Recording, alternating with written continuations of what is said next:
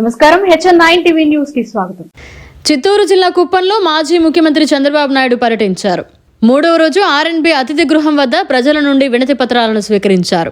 అనంతరం Kuppam PES medical college పక్కన BC భవనం దగ్గర కనకదాసు విగ్రహం ఆవిష్కరించారు.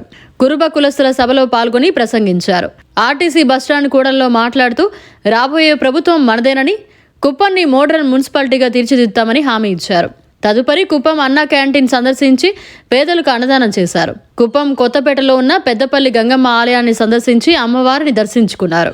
తదుపరి కొత్తపేటలో ఉన్న మసీదును సందర్శించి ప్రజలను ఉత్తేజపరుస్తూ పార్టీ గెలుపుకు ప్రతి ఒక్కరూ కృషి చేయాలని చెప్పుకుంటూ రోడ్ షో నిర్వహించుకుంటూ వెళ్లారు. మీటింగ్ పెట్టుంటే ఎక్కడికో వెళ్ళిపోయేది, కానీ అన్ని మండలాల్లో పెట్టాం కాబట్టి ఇక్కడ ఊరికే అన్నా క్యాంటీన్కి వద్దామంటే ఎంతమంది వచ్చారంటే, మీటింగ్ పెడితే ఎంతమంది వస్తారు? ఎప్పుడు కూడా అరాచకాలు చేయడానికి కూడా కొంత పద్ధతి ఉంటుంది.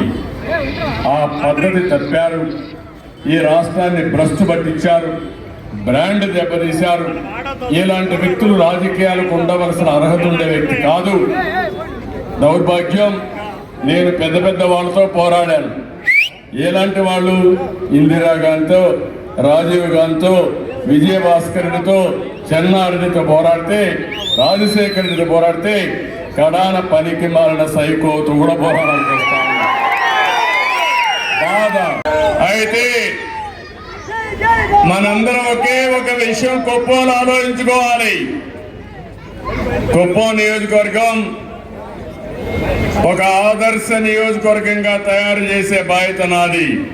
ఈ కుప్పం టౌన్ ని మొత్తం ఔటర్ రింగ్ రోడ్డే కాకుండా లోపల రోడ్లు కూడా, ఇన్ఫ్రాస్ట్రక్చర్ కూడా బ్రహ్మాండంగా అభివృద్ధి చేసి నెంబర్ 1 టౌన్ గా తయారు చేసే బాధ్యత నాది. ఒక మోడల్ టౌన్ గా ఇళ్ళు లేని వాళ్ళందరికీ ఇళ్ళు కట్టిస్తాను.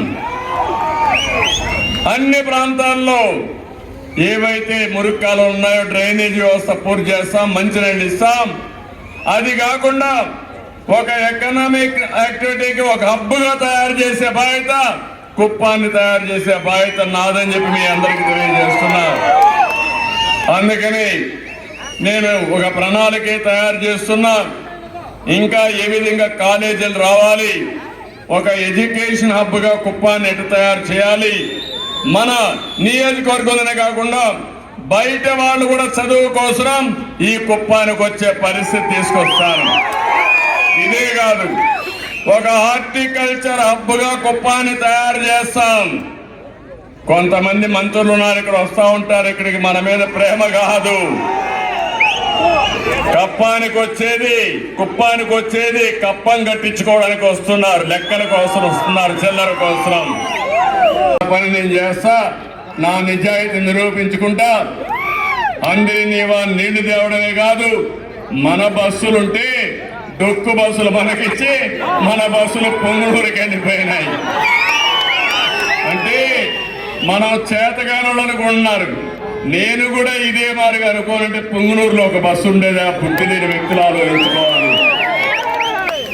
పులివెందుల్లో ఒక బస్సు ఉండేది తమ్ముళ్ళు, మిమ్మల్ని అడుగుతున్నా. కానీ నేను కొత్త బస్సులు తెచ్చాను, కానీ దొంగల మారిగా అక్కడే బస్సులు ఇక్కడికి తీసుకురాలా. అదే వాళ్ళకు మనకు తేడా. Okay Karthik bye.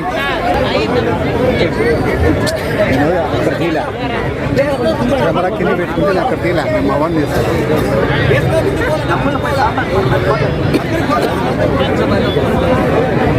మరిన్ని అప్డేట్స్ కోసం మన HN9 టీవీ ఛానల్ ని సబ్స్క్రైబ్ చేసుకోండి.